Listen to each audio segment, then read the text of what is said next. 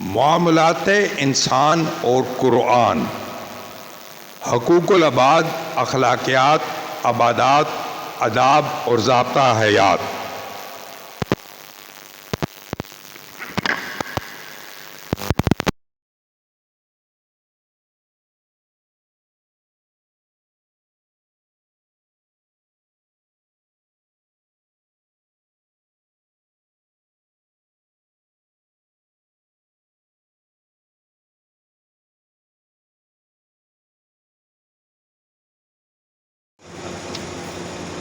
معاملات انسان اور قرآن، حقوق العباد، اخلاقیات، عبادات اور ضابطہ حیات۔ آج اس کو مرتب کیا ہے قیوم نظامی صاحب نے۔ موضوع ہے اللہ اور انسان۔ اللہ کائنات کا رب ہے، اس کا کوئی شریک نہیں ہے۔ اللہ نے دوسری مخلوقات کی طرح انسان کو بھی پیدا کیا اور اسے اشرف المخلوقات قرار دیتے ہوئے زمین پر اپنا نائب خلیفہ بنایا۔ اللہ تعالیٰ نے اپنے آخری نبی حضرت محمد صلی اللہ علیہ وسلم پر آخری کتاب قرآن مجید نازل کی، جس میں انسانوں کے لیے ضابطہ حیات بیان کیا اور انسانوں کو قرآن و سنت کے مطابق زندگی گزارنے کی تلقین کی۔ نیکی کرنے والوں کو جنت کی خوشخبری سنائی اور سرکشی و نافرمانی کرنے والوں کو جہنم کے عذاب سے ڈرایا۔ اللہ اور اس کے رسول صلی اللہ علیہ وسلم کی اطاعت تمام انسانوں پر لازم ہے۔ مشرکین مکہ یہ سمجھتے تھے کہ ہم خواہ کیسے ہی کام کریں، ہم پر خدا کا عذاب نازل نہیں ہو سکتا۔ اللہ نے حضرت نوح علیہ السلام کا قصہ بیان کر کے ان کو آگاہ کیا کہ اللہ کی پکڑ اور گرفت سخت ہوتی ہے۔ ایک جلیل القدر نبی اپنی آنکھوں کے سامنے اپنے لگتے جگر کو ڈوبتے دیکھتے رہے۔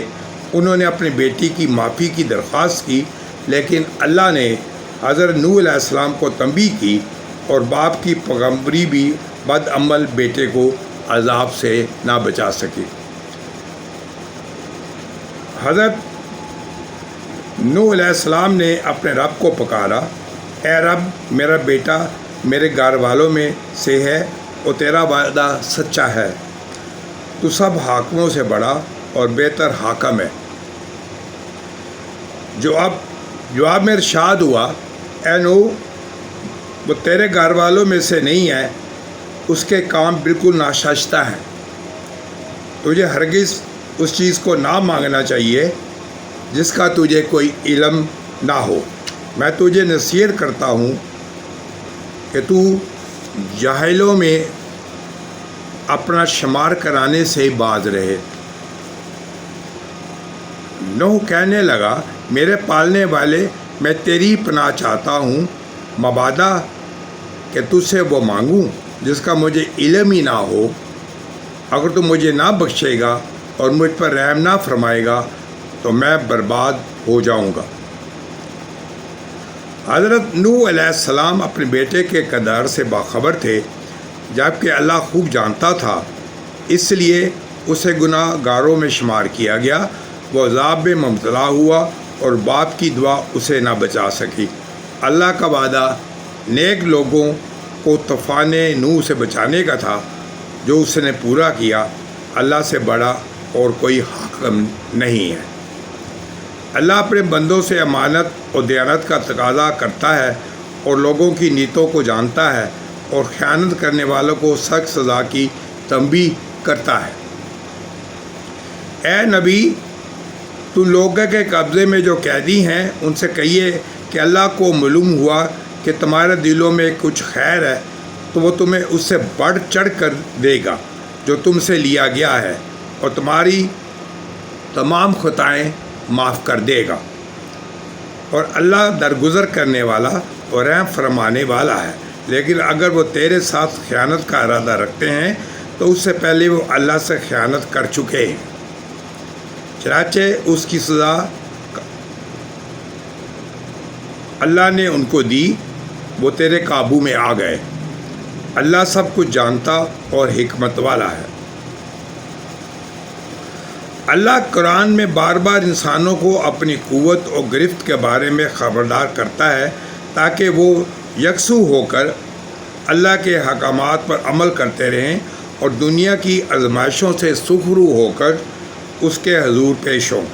یہ معاملہ ان کے ساتھ اسی طرح پیش آیا جس طرح آل فرعون اور ان سے پہلے دوسرے لوگوں کے ساتھ پیش آتا رہا ہے کہ انہوں نے اللہ کی آیات کو ماننے سے انکار کیا اور اللہ نے ان کے گناہوں پر انہیں پکڑ لیا۔ اللہ قوت رکھتا ہے اور سخت سزا دینے والا ہے۔ یہ اللہ کی اس سنت کے مطابق ہوا کہ وہ کسی نعمت کو جو اس نے کسی قوم کو عطا کی ہو اس وقت تک نہیں بدلتا جب تک وہ قوم خود اپنے طرز عمل کو نہیں بدل دیتی۔ اللہ سب کچھ جاننے اور سننے والا ہے۔ آل فرعون اور ان سے پہلے کی قوموں کے ساتھ جو کچھ پیش آیا وہ اسی ضابطے کے مطابق تھا اور انہوں نے اپنے رب کی آیات کو جھٹلایا۔ تب ہم نے ان کے گناہوں کی پاداش میں انہیں ہلاک کیا اور آل فرعون کو غرق کر دیا۔ یہ سب ظالم لوگ تھے۔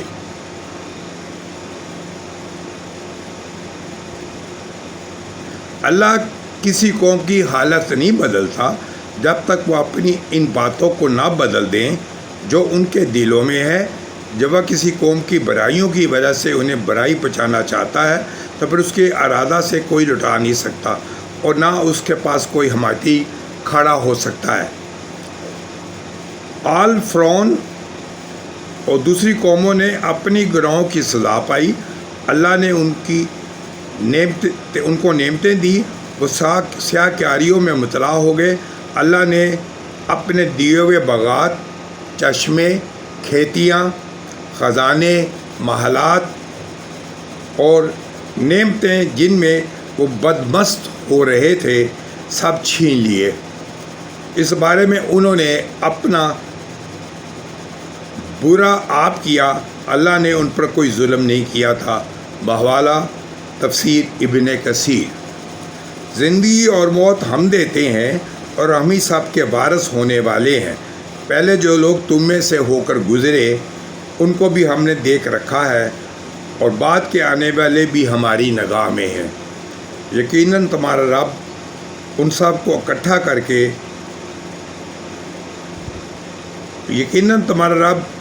کو اکٹھا کرے گا۔ وہ حکیم بھی ہے اور علیم بھی ہے۔ یعنی تمہارے بعد ہم بھی باقی رہنے والے وارث ہیں۔ تمہیں جو کچھ بھی ملا ہوا ہے محض عارضی استعمال کے لیے ملا ہوا ہے۔ آخرکار ہماری دی ہوئی ہر چیز چھوڑ کر تم خالی ہاتھ رخصت ہو جاؤ گے اور سب چیزیں جوں کی توں رہ جائیں گی۔ باحوالہ تفہیم القرآن۔ ہم نے اس قرآن میں طرح طرح کے لوگوں کو سمجھایا کہ ہوش میں آئیے، مگر وہ حق سے اور زیادہ دور ہی بھاگے جا رہے تھے۔ اے محمد صلی اللہ علیہ وآلہ وسلم ان سے کہیے کہ اللہ کے ساتھ دوسرے خدا بھی ہوتے جیسا کہ یہ لوگ کہتے ہیں تو وہ مالک عرش کے مقام پر پہنچنے کی ضرور کوشش کرتے۔ پاک ہے وہ اور بہت بالا اور برتر ہے۔ ان باتوں سے جو یہ لوگ کہہ رہے ہیں اس کی پاکی تو ساتویں آسمان اور زمین اور وہ ساری چیزیں بیان کر رہی ہے جو آسمان اور زمین میں ہے۔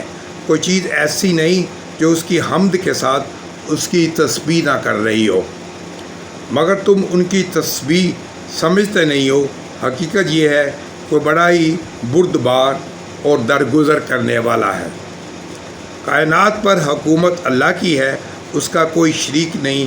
اللہ ہی آخری اتھارٹی ہے، اس کا فیصلہ آخری اور حتمی ہے۔ اس فیصلے پر اور کوئی نظر ثانی کرنے والا نہیں ہے۔ اللہ ہی حکومت کر رہا ہے اور اس کے فیصلوں پر نظر ثانی کرنے والا اور کوئی نہیں، اور اسے حساب لیتے کچھ دیر نہیں لگتی۔